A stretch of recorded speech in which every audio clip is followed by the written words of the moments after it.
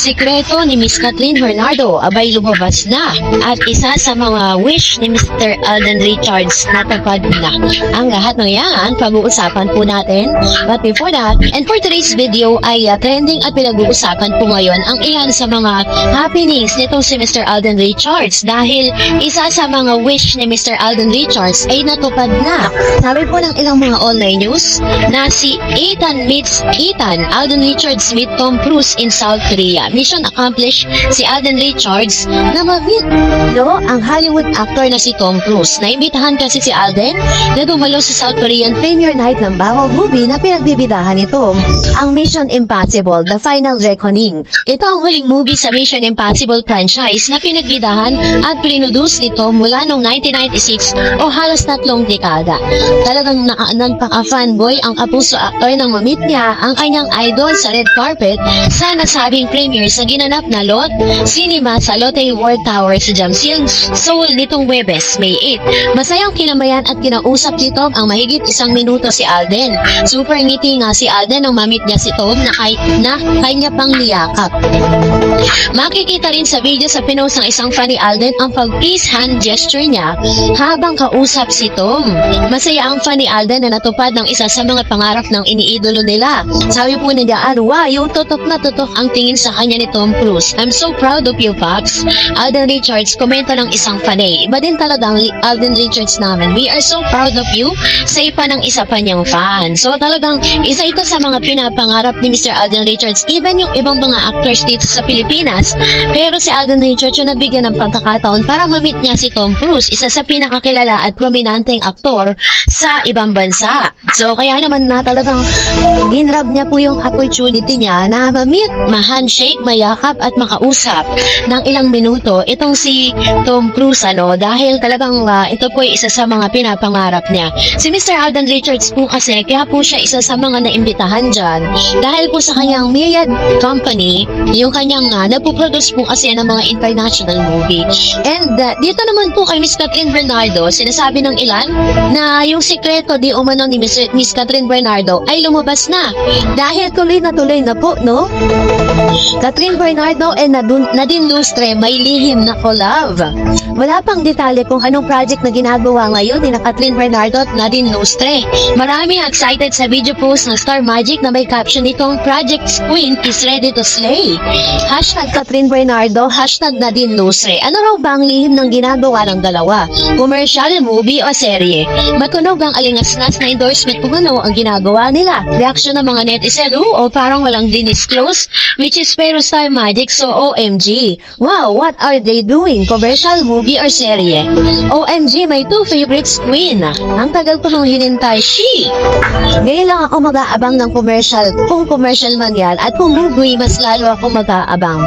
The President and the Queen, what is this? Yan. So ganyan po ang ilan sa mga reaction ng mga netizen matapos na i-announce ng Star Magic na magkakaroon ng collaboration si Miss Kathryn Bernardo and Miss Nadine Lustre na isa sa talagang pinaka-abangan ng ilang mga fan. Dahil di natin alam kung tuloy na ba yung movie nila or may commercial sila, pero sa tingin ko mas malaki pong proyekto ang hinihahanda ng Star Magic dahil nakita niyo naman po yung teaser, diba? Hindi lang natin pwedeng ilabas kasi pagmamayari po ng ABS-CBN yon. So panoorin niyo po yan sa ABS-CBN dahil yung dalawang malalaking artista, mga A-lister star ng ABS kay magsasama sa isang proyekto. So kaya naman talagang sobrang busy ang isang Miss Kathryn at hindi siya nakakadalo sa mga mas malalaki pang mga ganap, no? Katulad po ng pagtanggap ng kanyang award na iniintriga na si Miss Kathryn ay super iwas na iwas kay Alden pagkatapos ng kanilang movie na Hello Love Again. Pero syempre, sa mga totoo talagang fan ni Kathryn, naiintindihan naman siya dahil sa dami ng mga ginagawa nito at sa dami ng kanyang mga engagement at mga projects na ginagawa. Dahil dyan, narito naman ang ilan sa mga comment reaction po ninyo patungkol naman sa ating latest updates. So, magbabasa tayo ng mga comments ninyo sa comment section. So, unahin po natin ang komento mula kay Mr. Dongkat. So, sabi niya, so far, observe ko lang since day 1 na may award gathering regarding sa HLA at sa lead star na si Alden and Kat. Si Alden lang ang sumisipot at si Kat hindi sumisipot 3 times na ata. Hindi sumipot si Kat para tanggapin ang award niya. Sana, hindi nga totoo na iniiwasan niya si Alden dahil may narinig din ako kaya hindi umaattend si Kat sumikat sa mga award show nang dahil ayaw daw ni Mayors magkita si Kat at Alden sa may any event. If true man yan, si Mayor ang dahilan nang hindi pagsipot ay kay Catherine. Ngayon pa lang ay tali ka na sa leeg mo at inuumpisa na ni Mayor magiging controlling niya. Gumising ka ha. Huwag kang patali sa isang lalaki na control freak, siloso at manipulative. Kala ko ba you are the captain of your own ship? Sa ngayon, saka I don't believe na every time may award event, lagi na lang may schedule siya for endorsement. So impossible naman yan. Tuloy feeling ko din, umiiwas talaga siya kay Alden. May ka-clearance si Sir Dongtas dito po sa sinasabi niya. Pero syempre, lahat naman po yan is lalabas na speculation lang, not unless na talagang mapapatunayan, diba? Sabi naman ni Mr. Resita, segundo, bakit sumisiksik at ang artista dahil sa suporta ng mga fans? At magaling siya, malaki ang utang na loob ng artista sa mga fans. Kung ang artist galit dahil sa bashers, ganyan talaga. Pag sikat, pag hindi ka na sikat, wala ka ng basher. Totoo naman, diba? Kapag kasi may mga taong pumupuna sa'yo, and sinasabi po ng ilan na ang mga bashers, they are the secret fan.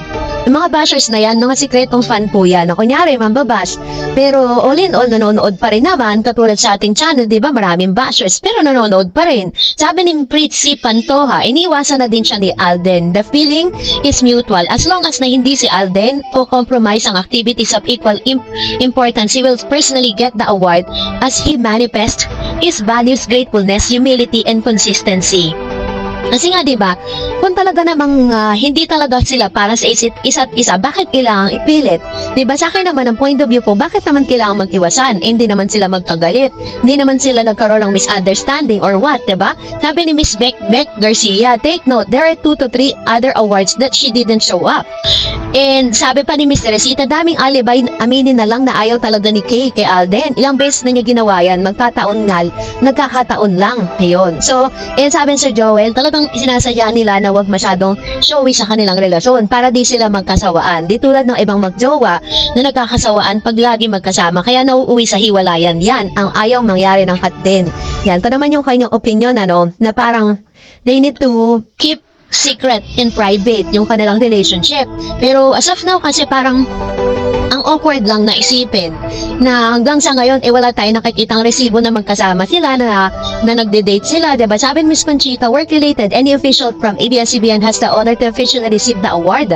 And sabi ni Mr. Resita, BCCK, hindi na po tapos na po ang taping ng PGT7. Yung endorsement, pwede niya naman i-adjust ang oras, kalokohan. Ilang beses niya nang ginagawa. But makipag-date kay Mata, may oras siya. Napaka-importante ang tanggapin ng pinaghirapan ng award. Aba, sino pong mataba ang inyong tinutukoy? Kung si Daniel po yan, imposible. Kasi hindi po sila nagde-date. So, that's it for today. For more videos and updates, please don't forget to like and subscribe. And please don't forget to follow my Facebook page, Dar Eds TV. God bless everyone!